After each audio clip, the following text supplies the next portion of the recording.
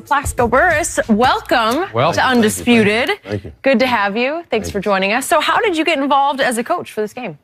Well, a year ago, I did an intern in Arizona Cardinals with Bruce Arians. And I got a phone call from NFLPA to participate in this game, and it's just a great opportunity. I think what separates the NFL PA collegiate game from the other bowl games is that when you have the likes of Daryl Green, Ed Reed, myself, Andre Johnson, Jackie Slater, some of those coaches that can have an influence and kind of mentor these guys going into the NFL draft, it really helps because those other bowl games don't have Hall of Fame caliber coaches and mentors, so it's exciting. Do you want to coach? It sounded cute to myself when I really wanted to get into it, but it's a lot of work, man. It's a lot of work, and obviously I love the game, but spending a lot of time with my family, and these kids today, man, right? Oh my goodness, who you telling?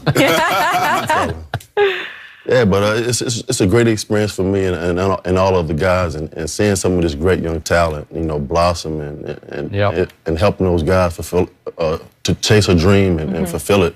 It's good.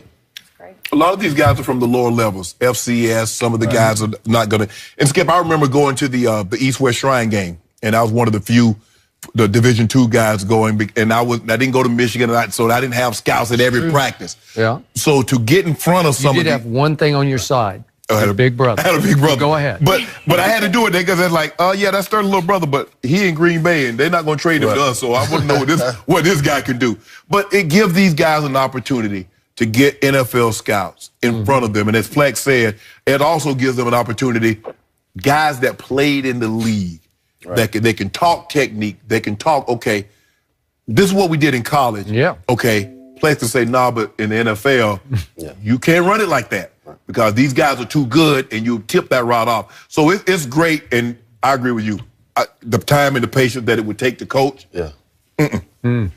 Mr. Burress, take us back to that magic moment, that Super Bowl week of 42 in Phoenix, Arizona. And I don't remember which day it was, Tuesday or Wednesday. Somebody asked you about the game you were about to play against Tom Brady and company, and you made a prediction. You said you were going to win the game 23-17. Do you remember that moment? I do remember the moment because we got off the bus and checked into the hotel. And I just happened to be walking casually through the hotel. This would be which day? This was Tuesday. Tuesday. Because we had just checked in on Tuesday. And I walked into the hotel. And this guy just walks by me. And he was like, are you guys going to win? I'm like, of course. The score's going to be 23-17. And I thought nothing about it. Was he a media member? And he just happened to be a part of the national media. And I woke up the next day. And my phone was buzzing and ringing. And they're like, man, what did you do? I said, I didn't do anything. And I turned the TV on, and it was like international headline. But, hey, I projected 23-17, and then the score ended up being 17-14. But they ain't even getting 17.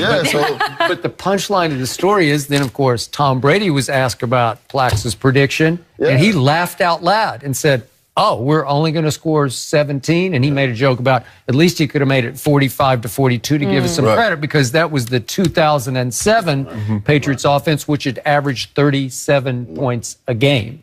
So how fearful were you going to practice the next day or whatever? Did you? We weren't fearful at all because how about you with your teammates? Did anybody? Oh, no, we weren't fearful at all. I mean, everybody just kind of rallied behind me, and our mindset was, listen, we just played these guys a few weeks ago in week 16. Yeah.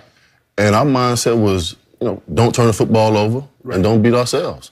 And we had one interception, and they ended up kicking a field goal when we threw that interception, and they ended up winning that game by 3 points. Yep. So, and it had been 38-35 at your place in the final regular season game, which gave you a feel for, wait a second, we can hang with them, right? Yeah. Because we really didn't have to play our starters because we were already clinched going out the wild card, going to play Tampa Bay.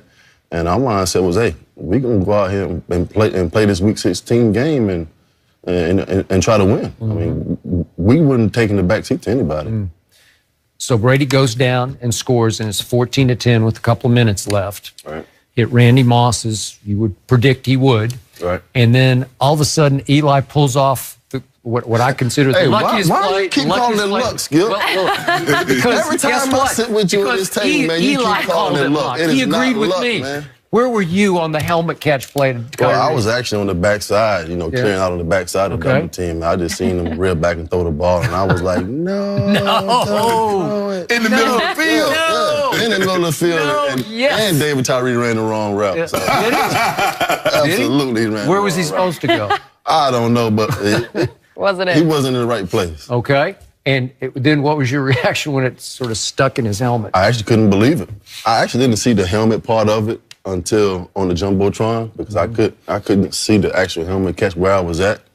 But when I saw it, I just couldn't believe it. You're like, yeah, we're going to win the game now. Yeah. If he catches the ball on his helmet and Rodney can't get it out and it doesn't touch the ground, oh, yeah, we're going to win this. Asante Samuel drops a an interception. Which he does not do. He does not do. And we catch that ball. And I tell everybody that Rodney Harrison, I think, was one postseason interception from being the all-time leader in interception. Right. So he went for the football. He did. I think if Rodney Harrison just runs underneath David Tyree, he doesn't make that play. Right. But Rodney Harrison wanted that pick.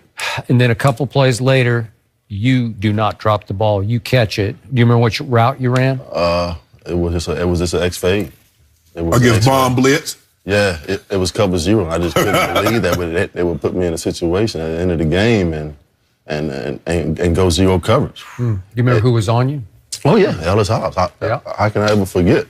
And Rodney Harrison actually says, and we did a film directed by Spike Lee called The Greatest Catch Ever, and they went to Rodney Harrison's house and interviewed him about that play. And Rodney Harrison actually went up to the late Junior Seau and said, hey, man, we got to check out of this defense. Really? And Junior Seau was like, man, I can't check out of it. Because on your play. Yeah, and Rodney Harrison knew that. It was single coverage zero, and I was watching film with Ellis Hobbs all week, and he backs it to the goal line and stops his feet, and I said, man, listen. Expected the ball to come out. Yeah. Expect you gonna run slant. Because most people, if he stops his feet on the goal line, like I've been watching on film for the last 2 weeks, I'm gonna just run clean. Did you make eye contact with Eli before the snap? No, when I broke the huddle, he grabbed me. He said, hey, if you get single coverage, I'm throwing it. And I was like, all right. I said, man, listen, they're not gonna single cover me right now. And it was worse than single coverage. It was zero. Oh, it's so cool to think about. That's zero coverage, Skip, and let people know we call it bomb blitz zero coverage. There's nobody in the middle of the field. No help. Everybody's man-to-man, they're coming. And that's why Rodney wanted to check out of it, because in a situation like that, you don't want to make the throw the throw is so easy. Plex is 6'5". Ellis Hobbs is 5'8.5", 5'9". Yeah. And so even if you make it a jump ball situation, it doesn't favor him. Now, Plex ran the X fade. He can run the slant. He stopped his feet anticipating the ball's coming right now. But once he stopped his feet, he couldn't restart again because Plex had already started it into his fade. So now it's a touchdown. It's over. Yeah, so he's basically using the sideline as a man. Yep. And there's no inside help. How surprised are you looking back at that game that same number 12 for New England is still at it in Foxborough and going to Kansas City? I'm not surprised at all, to be honest with you. I've been playing against Tom Brady at Michigan State and Michigan since 1998. And I've been watching